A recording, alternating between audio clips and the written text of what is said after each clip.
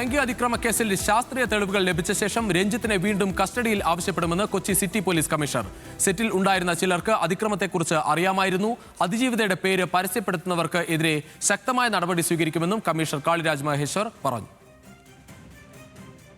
കാരവനിൽ അദ്ദേഹം മാത്രമാണ് ഉണ്ടായിരുന്നത്. അതാണ് ഇതുവരെ തെളിവായിട്ടുള്ളത്. വേറെ ആരെയും ഉണ്ടെങ്കിൽ പിന്നെ അന്വേഷണത്തിൽ ഭാഗമായിട്ട് വന്നെങ്കിൽ പിന്നെ നടപടി എടുക്കാം. യൂട്യൂബർ വ്യക്തിമെ എക്സ്പോസ് ചെയ്യാനുള്ള രീതിയിൽ ഒരു പോസ്റ്റൊക്കെ ഇട്ട് പിന്നെ നമുക്ക് കൃത്യമായിട്ട് കേസ് എടുത്ത് വേറെ അറസ്റ്റൊക്കെ ചെയ്തിട്ടുണ്ട്.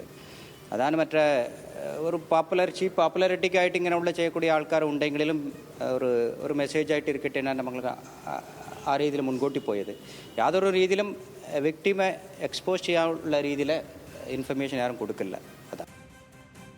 നടൻ ബോബി കുര്യനെയും ശാലിനിയെയും വീണ്ടും ചോദ്യം ചെയ്യുമെന്ന് DCP അശ്വതി ജിജി വ്യക്തമാക്കി. അതിക്രമം നടന്ന ദിവസം തന്നെ രഞ്ജിത്ത് അതിജീവിതയെ ഫോണിൽ ബന്ധപ്പെട്ടു. രഞ്ജിത്തിന്റെ ഫോൺ വിശദമായ പരിശോധന നടത്തുമെന്നും DCP പറഞ്ഞു. CCTV എവിഡൻസ് ഒന്നും തന്നെ നമുക്ക് കിട്ടിയിട്ടുണ്ടെന്ന് തോന്നുന്നില്ല. പിന്നെ ഫോൺ നമ്മൾ സീസ് ചെയ്തിട്ടുണ്ട്. ഫോണിൽ നിന്ന് അവർ വിളിച്ചിട്ടുണ്ടെന്നുള്ളത് മാത്രം കിട്ടുന്നുണ്ട്. ഇപ്പം അക്യൂസ്ഡ് ആണെങ്കിലും സെറ്റിൽ നിന്ന് ഇവർ പോയതിന് ശേഷം വിളിച്ചിട്ടുണ്ട്. തിരിച്ചു വരാൻ പറയാനായിരിക്കും വിളിച്ചിട്ടുണ്ട്. ഭീഷണി ഉണ്ടായതായിട്ട് പറഞ്ഞിട്ടില്ല.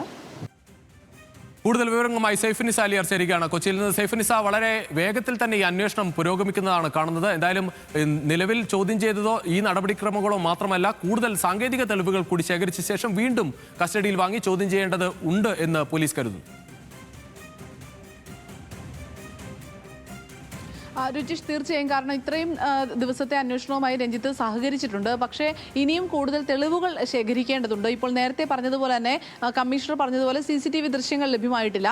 കാരണം ഈ സംഭവം നടന്നത് ജനുവരിയിലാണ്. പരാതി ഈ യുവനടി പല കൗൺസിലിങ്ങും എല്ലാം കഴിഞ്ഞ ശേഷമാണ്, മാനസികാരോഗ്യ ട്രീറ്റ്മെൻറ്റും എല്ലാം കഴിഞ്ഞ ശേഷമാണ് ഈ പരാതിയിലേക്ക് എത്തുന്നത്.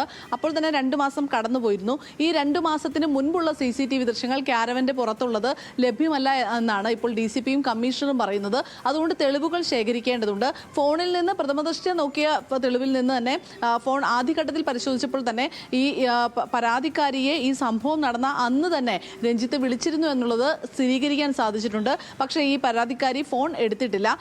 ഈ യുവനടിയെ ചിലപ്പോൾ സെറ്റിൽ നിന്ന് പോയതുകൊണ്ട് തിരിച്ചു വിളിക്കാനായിരിക്കാം ഫോണിൽ വിളിച്ചത് എന്നാണ് DCP തന്നെ പറയുന്നത്. ഒപ്പം തന്നെ ഈ അറസ്റ്റിന്റെ സമയത്ത് രഞ്ജിത്തിനൊപ്പം കാറിലുണ്ടായിരുന്ന ബോബി കുര്യനെയും ഒപ്പം തന്നെ അസിസ്റ്റന്റ് ഡയറക്ടറായ ശാലിനിയെയും വീണ്ടും ചോദ്യം ചെയ്യും. കാരണം ഇത് സംബന്ധിച്ച് അയാൾ ഈ ഒളിവിൽ പോകാൻ തന്നെയാണോ ശ്രമിച്ചതെന്ന കാര്യത്തിൽ കുറച്ചുകൂടി വ്യക്തത വരാനുണ്ട്. അതിനുള്ള അന്വേഷണവും നടത്തും.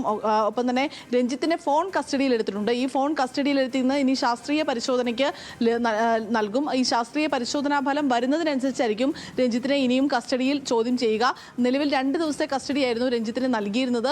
ആ 2 ദിവസത്തെ കസ്റ്റഡിയിൽ തന്നെ ഇന്നലെ തന്നെ വിശദമായ തെളിവെടുപ്പും ചോദ്യം ചെയ്യലും എല്ലാം തന്നെ പൂർത്തിയാക്കി. ഉച്ചയോട് തന്നെ 2 മണിയോടുകൂടി തന്നെ രഞ്ജിത്തിനെ തിരിച്ച് മജിസ്ട്രേറ്റിന് മുൻപിൽ ഹാജരാക്കുകയും റിമാൻഡ് ചെയ്യുകയും ചെയ്തിരുന്നു. നാളെയാണ് രഞ്ജിത്തിന്റെ ജാമ്യാപേക്ഷ പരിഗണിക്കുന്നത്.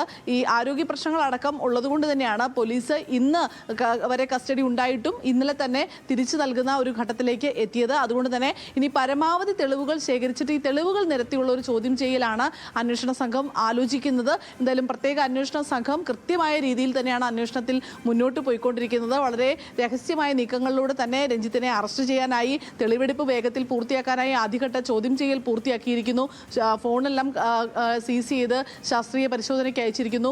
ഇത്തരം ഘട്ടങ്ങളിലെല്ലാം തന്നെ അന്വേഷണം അതിവേഗത്തിൽ മുന്നോട്ട് പോയിട്ടുണ്ടെന്ന് നമുക്ക് പറയാം. എന്തായാലും ഇപ്പോൾ ഈ ഇലക്ഷൻ സമയമായതുകൊണ്ട് തന്നെ കുറച്ച് സമയം പോലീസിനും ആവശ്യമുണ്ട്. എന്തായാലും അതിനുശേഷം ശാസ്ത്രീയ തെളിവുകളുടെ കൂടി അടിസ്ഥാനത്തിൽ വിശദമായ ചോദ്യം ചെയ്യലിനായി രഞ്ജിത്തിനെ വീണ്ടും കസ്റ്റഡിയിലെടുക്കും.